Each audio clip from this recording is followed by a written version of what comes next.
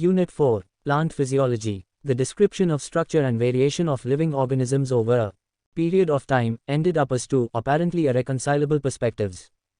On biology, the two perspectives essentially rested on two levels of organization of life forms and phenomena. One described at organismic and above level of organization, while the second described at cellular and molecular level of organization. The first resulted in ecology and related disciplines. The second resulted in physiology and biochemistry. Description of physiological processes in flowering plants as an example is what is given in the chapters in this unit. The processes of mineral nutrition of plants, photosynthesis, transport, respiration, and ultimately plant growth and development are described in molecular terms, but in the context of cellular activities and even at organism level. Wherever appropriate, the relation of the physiological processes to environment is also discussed. Melvin Calvin, born in Minnesota in April 1911, received his Ph.D. in chemistry from the University of Minnesota. He served as professor of chemistry at the University of California, Berkeley, just after World War II, when the world was under shock. After the Hiroshima-Nagasaki bombings and seeing the ill effects of radioactivity, Calvin and co-workers put radioactivity to beneficial use. He, along with J.A. Busham, studied reactions in green plants forming sugar and other substances from raw materials like carbon dioxide, water and minerals. By labeling the carbon dioxide with C14, Calvin proposed that plants change light energy to chemical energy by transferring an electron in an organized array of pigment molecules and other substances. The mapping of the pathway of carbon assimilation in photosynthesis earned him Nobel Prize in 1961. The principles of photosynthesis as established by Calvin are, at present, being used in studies on renewable resource for energy and materials and basic studies in solar energy research. Chapter 11, Transport in Plants. Have you ever wondered how water reaches the top of tall trees, or for that matter how and why substances move from one cell to the other, whether all substances move in a similar way, in the same direction, and whether metabolic energy is required for moving substances? Plants need to move molecules over very long distances, much more than animals do. They also do not have a circulatory system in place. Water taken up by the roots has to reach all parts of the plant, up to the very tip of the growing stem. The photosynthesis or food synthesized by the leaves have also to be moved to all parts, including the root tips embedded deep inside the soil. Movement across short distances, say within the cell, across the membranes and from cell to cell within the tissue has also to take place. To understand some of the transport processes that take place in plants, one would have to recollect one's basic knowledge about the structure of the cell and the anatomy of the plant body. We also need to revisit our understanding of diffusion, besides gaining some knowledge about chemical potential and ions. When we talk of the movement of substances, we need first to define what kind of movement we are talking about, and also what substances we are looking at. In a flowering plant, the substances that would need to be transported are water, mineral nutrients, organic nutrients, and plant growth regulators. Over small distances, substances move by diffusion and by cytoplasmic streaming, supplemented by active transport. Transport over longer distances proceeds through the vascular system, the xylem and the phloem, and is called translocation. An important aspect that needs to be considered is the direction of transport. In rooted plants, transport in xylem of water and minerals is essentially unidirectional, from roots to the stems. Organic and mineral nutrients, however, undergo multidirectional transport. Organic compounds synthesized in the photosynthetic leaves are exported to all other parts of the plant, including storage organs. From the storage organs, they are later re-exported. The mineral nutrients are taken up by the roots and transported upwards into the stem, leaves, and the growing regions. When any plant part undergoes senescence, nutrients may be withdrawn from such regions and moved to the growing parts. Hormones, or plant growth regulators, and other chemical signals are also transported, though in very small amounts, sometimes in a strictly polarized unidirectional manner, from where they are synthesized to other parts. Hence, in a flowering plant there is a complex traffic of compounds, but probably very orderly, moving in different directions, each organ receiving some substances and giving out some others. 11.1 Means of transport. 11.1.1 Diffusion. Movement by diffusion is passive, and may be from one part of the cell to the other, or from cell to cell, or over short distances, say, from the intercellular spaces of the leaf to the outside. No energy expenditure takes place. In diffusion, molecules move in a random fashion, the net result being substances moving from regions of higher concentration to regions of lower concentration. Diffusion is a slow process and is not dependent on a living system. Diffusion is obvious in gases and liquids, but diffusion in solids is more likely rather than of solids. Diffusion is very important to plants since it is the only means for gaseous movement within the plant body. Diffusion rates are affected by the gradient of concentration, permeability of the membrane separating them, temperature and pressure. 11.1.2 Facilitated diffusion. As pointed out earlier, a gradient must already be present for diffusion to occur. The diffusion rate depends on the size of the substances, obviously.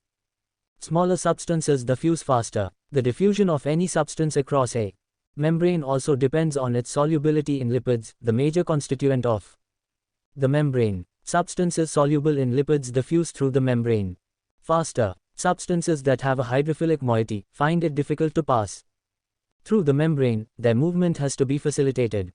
Membrane proteins provide sites at which such molecules cross the membrane. They do not set up a concentration gradient. A concentration gradient must already be present for molecules to diffuse even if facilitated by the proteins. This process is called facilitated diffusion.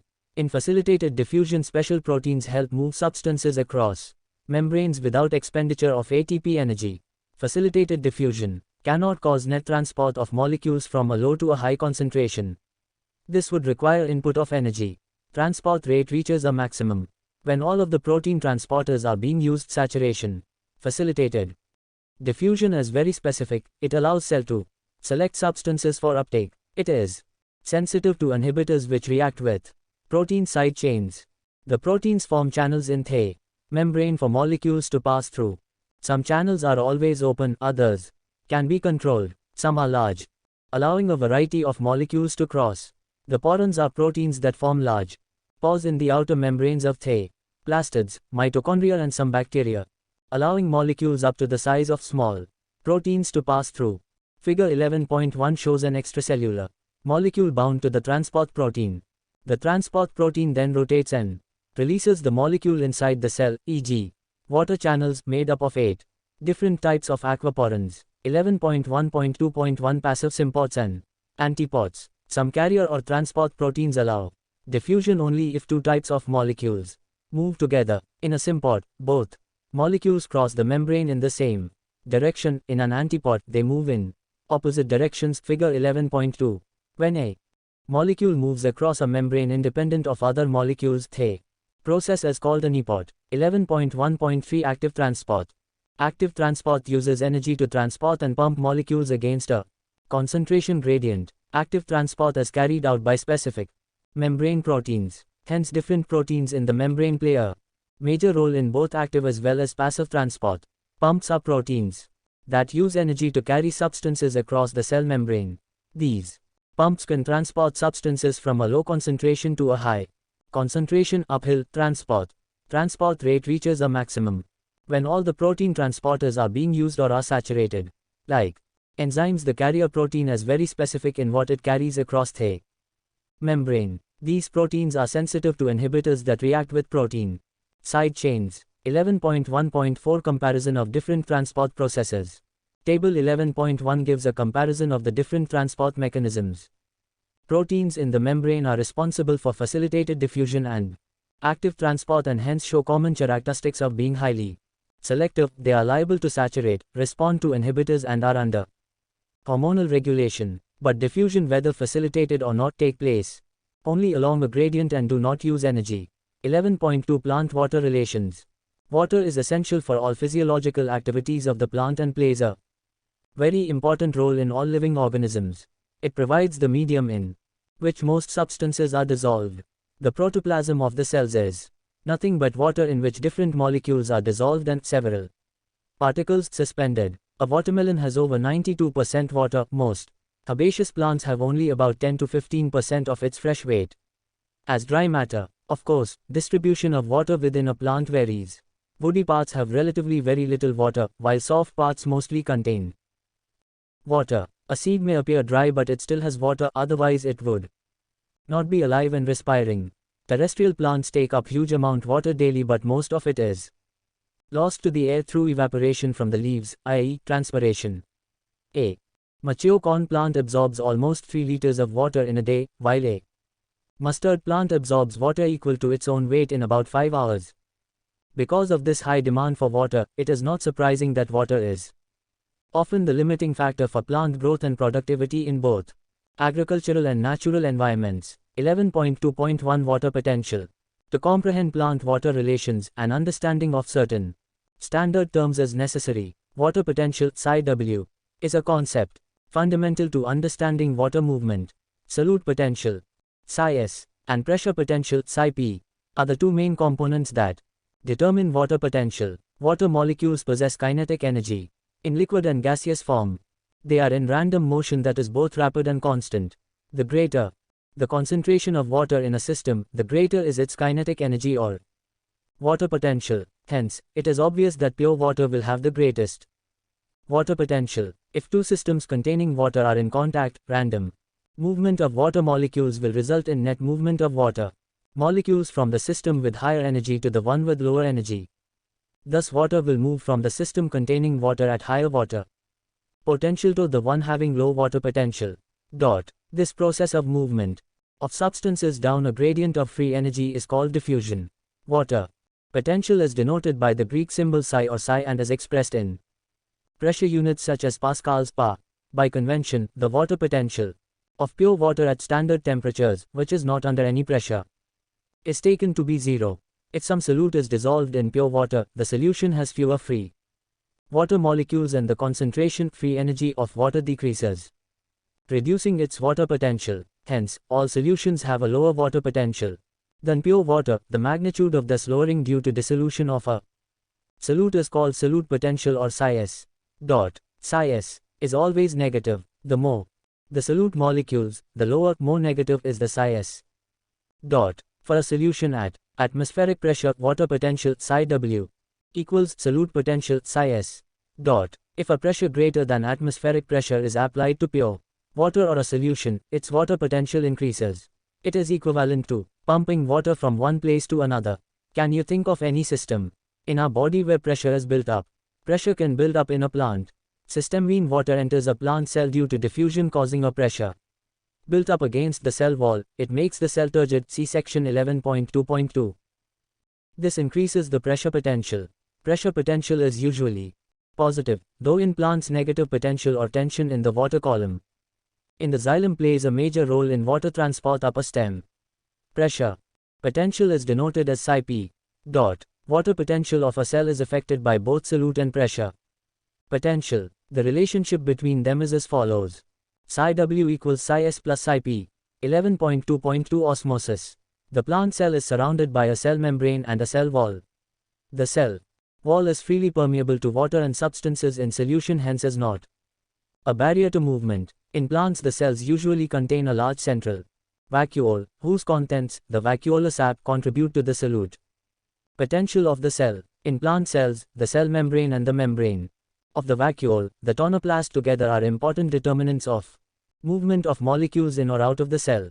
Osmosis is the term used to refer specifically to the diffusion of water across a differentially or selectively permeable membrane. Osmosis occurs spontaneously in response to a driving force. The net direction and rate of osmosis depends on both the pressure gradient and concentration gradient. Water will move from its region of higher chemical potential or concentration to its region of lower chemical potential until equilibrium is reached. At equilibrium, the two chambers should have nearly the same water potential.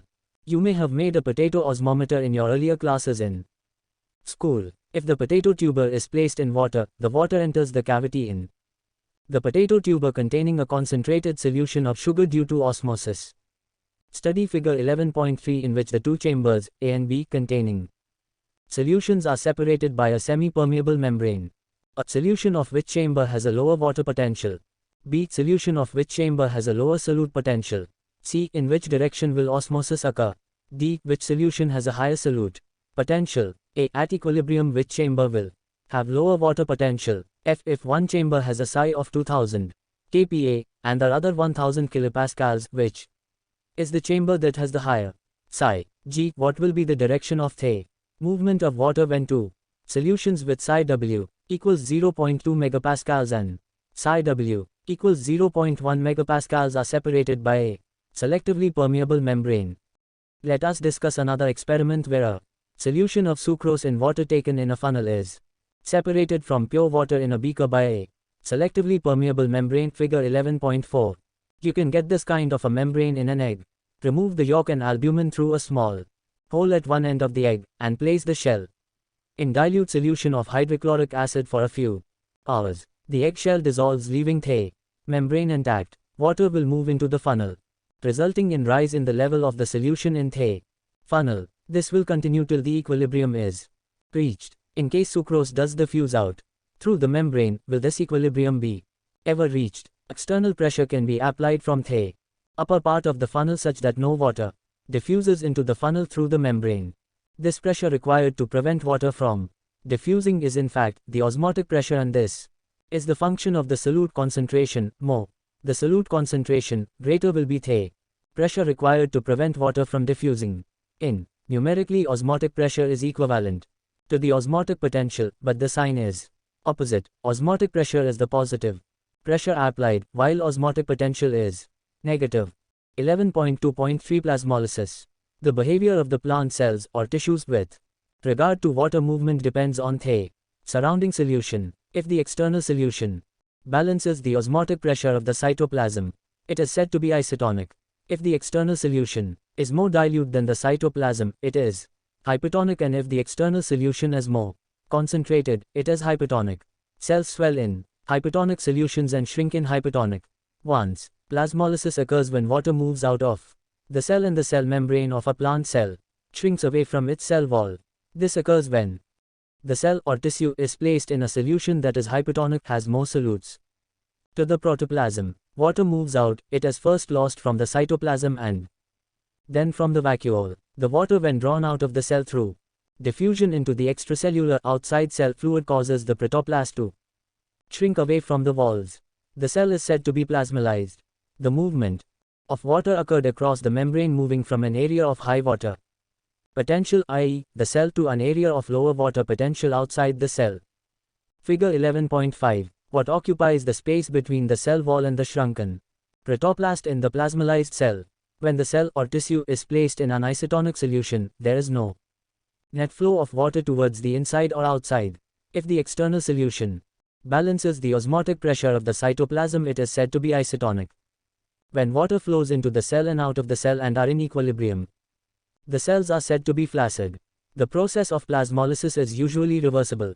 When the cells are placed in a hypertonic solution, higher water potential or dilute solution, as compared to the cytoplasm, water diffuses into the cell, causing the cytoplasm to build up a pressure against the wall that is called turgor pressure. The pressure exerted by the protoplasts due to entry of water against the rigid walls is called pressure potential psi p. Because of the rigidity of the cell wall, the cell does not rupture. This turgor pressure is ultimately responsible for enlargement and extension growth of cells. What would be the psi p of a flaccid cell? Which organisms other than plants possess cell wall? 11.2.4 Imbibition. Imbibition is a special type of diffusion when water is absorbed by solids, colloids, causing them to increase in volume. The classical examples of imbibition are absorption of water by seeds and dry wood. The pressure that is produced by the swelling of wood had been used by prehistoric man to split rocks and boulders. If it were not for the pressure due to imbibition, seedlings would not have been able to emerge out of the soil into the open. They probably would not have been able to establish imbibition as also diffusion, since water movement is along a concentration gradient. The seeds and other such materials have almost no water, hence they absorb water easily. Water potential gradient between the absorbent and the liquid imbibed is essential for imbibition. In addition, for any substance to imbibe any liquid, affinity between the adsorbent and the liquid is also a prerequisite. 11.3 Long distance transport of water. At some earlier stage you might have carried out an experiment where you had placed a twig bearing white flowers in colored water and had watched it turn color. On examining the cut end of the twig after a few hours, you had noted the region through which the colored water moved. That experiment very easily demonstrates that the path of water movement is through the vascular bundles, more specifically, the xylem. Now we have to go further and try and understand the mechanism of movement of water and other substances up a plant. Long-distance transport of substances within a plant cannot be by diffusion alone. Diffusion is a slow process. It can account for only short-distance movement of molecules. For example, the movement of a molecule across a typical plant cell about 50 micrometers takes approximately 2.5 s. At this rate, can you calculate how many years it would take for the movement of molecules over a distance of 1 meter within a plant by diffusion alone? In large and complex organisms, often substances have to be moved to long distances. Sometimes the sites of production or absorption and sites of storage are too far from each other. Diffusion or active transport would not suffice. Special long-distance transport systems become necessary so as to move substances across long distances and at a much faster rate. Water and minerals and food are generally moved by a mass or bulk flow system. Mass flow is the movement of substances in bulk or en masse from one point to another as a result of pressure differences between the 2 points. It is a characteristic of mass flow that substances, whether in solution or in suspension, are swept along at the same pace as in a flowing river. This is unlike diffusion where different substances move independently depending on their concentration gradients. Bulk flow can be achieved either through a positive hydrostatic pressure gradient, e.g., a garden hose, or a negative hydrostatic pressure gradient, e.g., suction through a straw. The bulk movement of substances through the conducting or vascular tissues of plants is called translocation. Do you remember studying cross-sections of roots, stems and leaves of higher plants and studying the vascular system? The higher plants have highly specialized vascular tissues, xylem and phloem. Xylem is associated with translocation of mainly water, mineral salts, some organic nitrogen and hormones from roots to the aerial parts of the plants. The phloem translocates a variety of organic and inorganic solutes mainly from the leaves to other parts of the plants.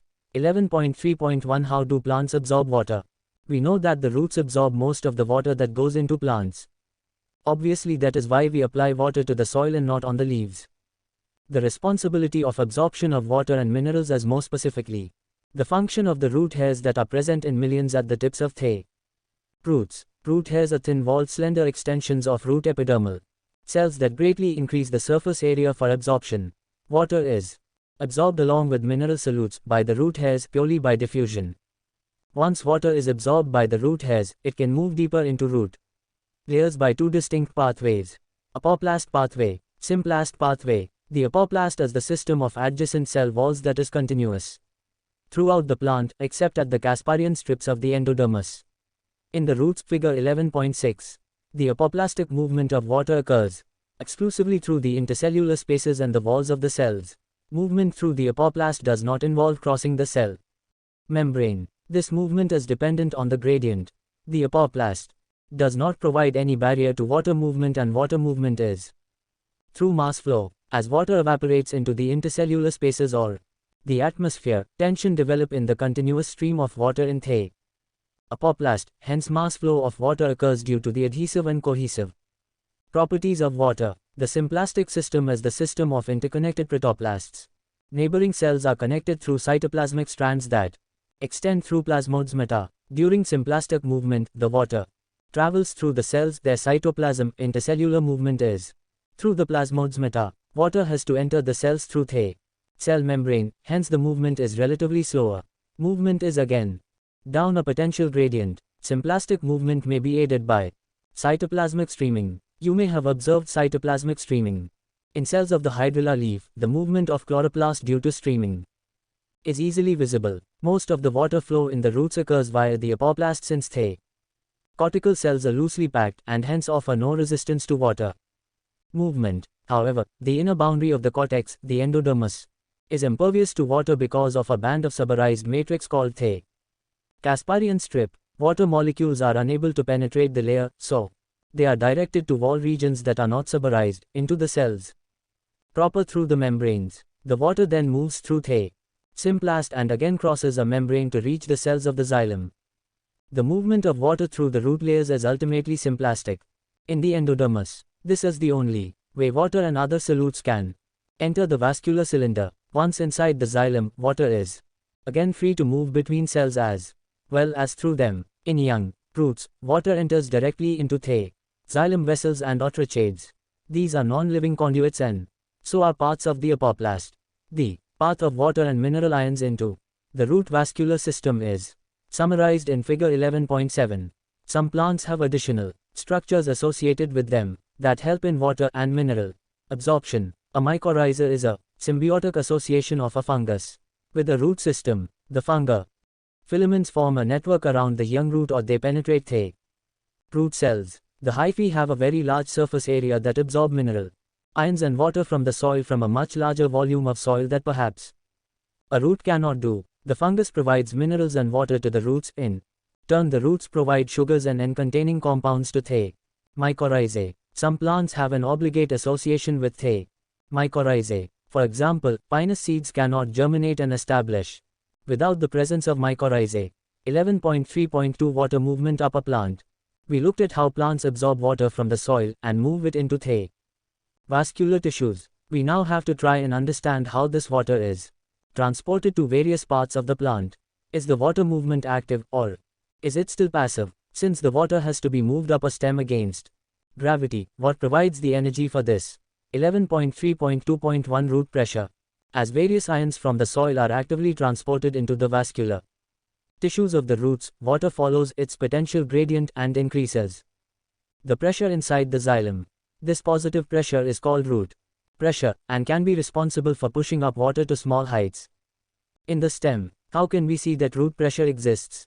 Choose a small, soft stem plant and on a day when there is plenty of atmospheric moisture, cut the stem horizontally near the base with a sharp blade. Early in the morning, you will soon see drops of solution ooze out of the cut stem. This comes out due to the positive root pressure. If you fix a rubber tube to the cut stem as a sleeve, you can actually collect and measure the rate of exudation and also determine the composition of the exudates. Effects of root pressure is also observable at night and early morning when evaporation is low and excess water collects in the form of droplets around special openings of veins near the tip of grass blades and leaves of many herbaceous parts.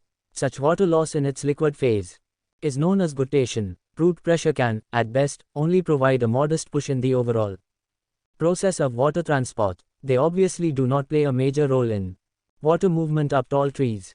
The greatest contribution of root pressure may be to re-establish the continuous chains of water molecules in the xylem, which often break under the enormous tensions created by transpiration. Root pressure does not account for the majority of water transport. Most plants meet their need by transpiratory pull. 11.3.2.2 Transpiration pull. Despite the absence of a heart or a circulatory system in plants, the upward flow of water through the xylem in plants can achieve fairly high rates, up to 15 meters per hour. How is this movement accomplished? A long-standing question is whether water is pushed or pulled through the plant. Most researchers agree that water is mainly pulled through the plant, and that the driving force for this process is transpiration from the leaves. This is referred to as the cohesion tension transpiration pull model of water transport. But what generates this transpirational pull? Water is transient in plants. Less than 1% of the water reaching the leaves is used in photosynthesis and plant growth. Most of it is lost through the stomata in the leaves. This water loss is known as transpiration. You have studied transpiration in an earlier class by enclosing a healthy plant in polythene bag and observing the droplets of water formed inside the bag. You could also study water loss from a leaf using cobalt chloride paper, which turns color on absorbing water. 11.4 Transpiration. Transpiration is the evaporative loss of water by plants. It occurs mainly through stomata, stoma. Besides the loss of water vapor in transpiration, exchange of oxygen and carbon dioxide in the leaf also occurs through these stomata. Normally stomata are open in the daytime and closed during the night. The immediate cause of the opening or closing of stomata is a change in the turgidity of the guard cells. The inner wall of each guard cell, towards the pore or stomatal aperture, is thick and elastic. When turgidity increases within the two guard cells flanking each stomatal aperture or pore, the thin outer walls bulge out and force the inner walls into a crescent shape. The opening of the stoma is also aided due to the orientation of the microfibrils in the cell walls of the guard cells. Cellulose. Microfibrils are oriented radially rather than longitudinally, making it easier for the stoma to open. When the guard cells lose turgor due to water loss or water stress, the elastic inner walls regain their original shape, the guard cells become flaccid and the stoma closes. Usually the lower surface of a dorsiventral, often dicotyledonous leaf has a greater number of stomata, while in an isobilateral, often monocotyledonous leaf, they are about equal on both surfaces. Transpiration is affected by several external factors: temperature, light, humidity, wind speed. Plant factors that affect transpiration include number and distribution of stomata, percent of open stomata, water status of the plant, canopy, structure, etc.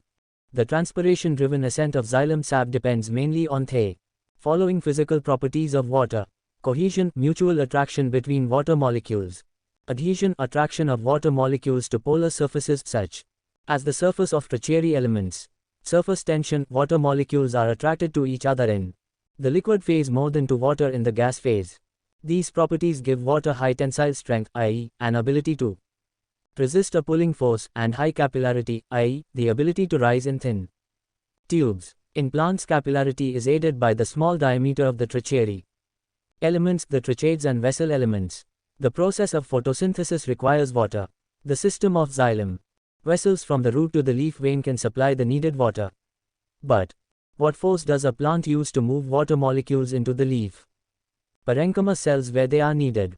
As water evaporates through the stomata, since the thin film of water over the cells is continuous, it results in pulling of water, molecule by molecule, into the leaf from the xylem. Also, because of lower concentration of water vapor in the atmosphere as compared to the substomatal cavity and intercellular spaces, water diffuses into the surrounding air.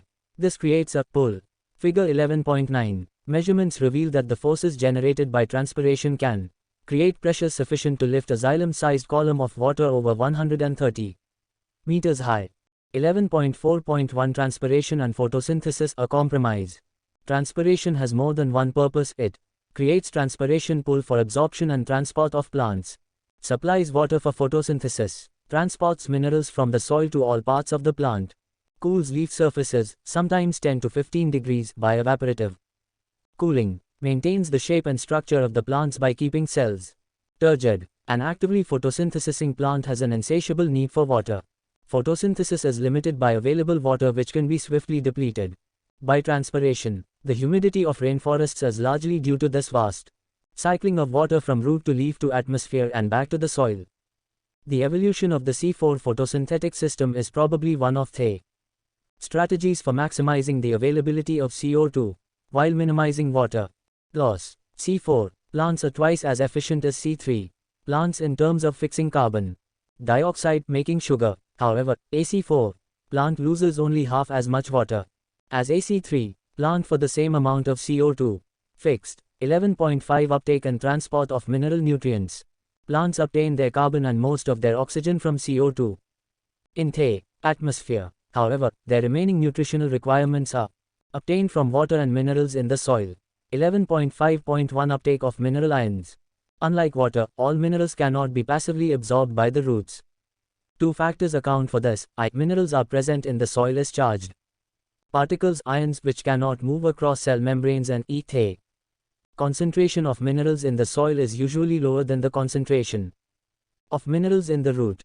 Therefore, most minerals must enter the root by active absorption into the cytoplasm of epidermal cells. This needs energy in the form of ATP. The active uptake of ions is partly responsible for the water potential gradient in roots, and therefore for the uptake of water by osmosis. Some ions also move into the epidermal cells passively. Ions are absorbed from the soil by both passive and active transport. Specific proteins in the membranes of root hair cells actively pump ions from the soil into the cytoplasms of the epidermal cells. Like all cells, the endodermal cells have many transport proteins embedded in their plasma membrane. They let some solutes cross the membrane, but not others. Transport proteins of endodermal cells are control points where a plant adjusts the quantity and types of solutes that reach the xylem. Note that the root endodermis, because of the layer of suberin, has the ability to actively transport ions in one direction only. 11.5.2 Translocation of mineral ions. After the ions have reached xylem through active or passive uptake, or a Combination of the two, they further transport up the stem to all parts of the plant as through the transpiration stream. The chief sinks for the mineral elements are the growing regions of the plant, such as the apical and lateral meristems, young leaves developing flowers, fruits and seeds, and the storage organs. Unloading of mineral ions occurs at the fine vein endings through diffusion and active uptake.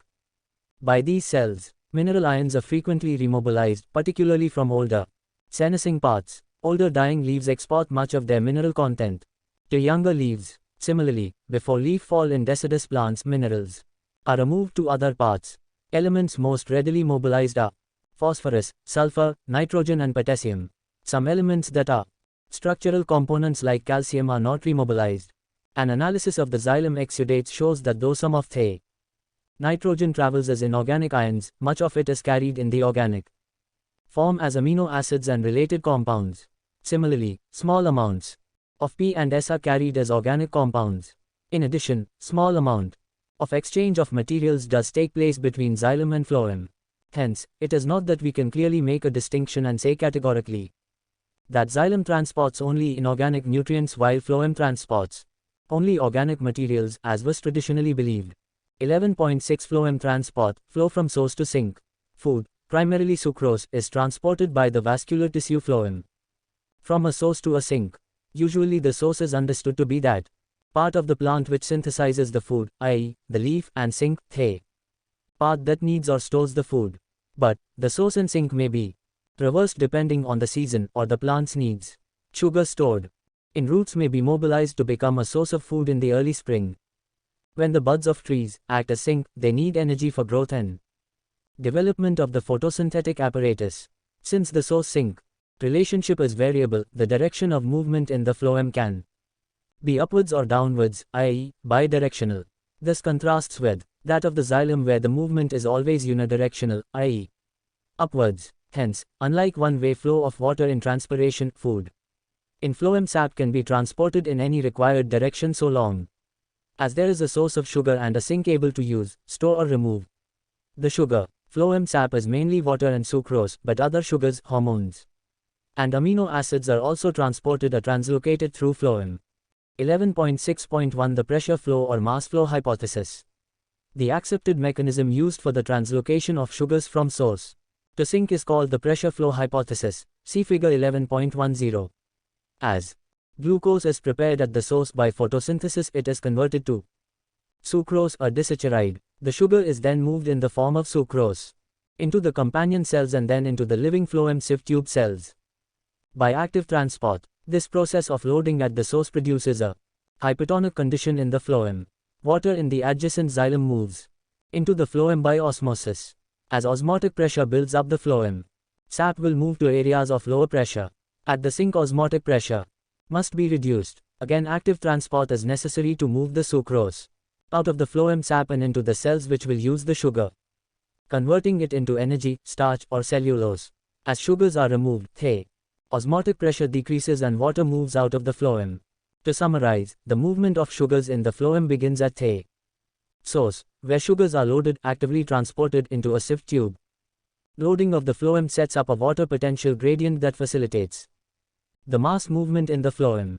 Phloem tissue is composed of sieve tube cells, which form long columns with holes in their end walls called sieve plates. Cytoplasmic strands pass through the holes in the sieve plates, so forming continuous filaments. As hydrostatic pressure in the sieve tube of phloem increases, pressure flow begins, and the sap moves through the phloem. Meanwhile, at the sink, incoming sugars are actively transported out of the phloem and removed as complex carbohydrates. The loss of solute produces a high water potential in the phloem, and water passes out, returning eventually to xylem. A simple experiment, called girdling, was used to identify the tissues through which food is transported.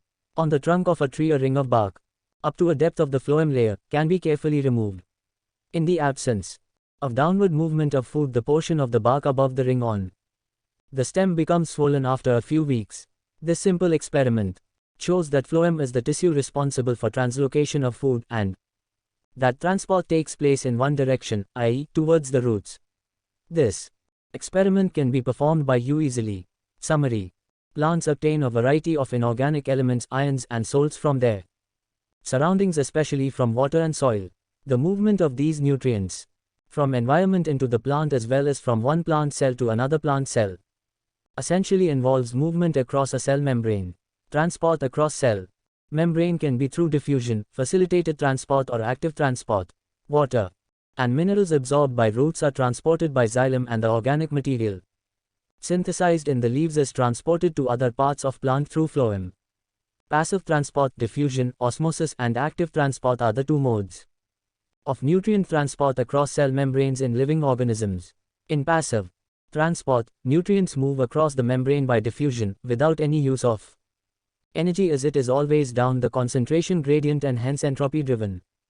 This diffusion of substances depends on their size, solubility in water or organic solvents. Osmosis is the special type of diffusion of water across a selectively permeable membrane which depends on pressure gradient and concentration gradient. In active transport, energy in the form of ATP is utilized to pump molecules against a concentration gradient across membranes.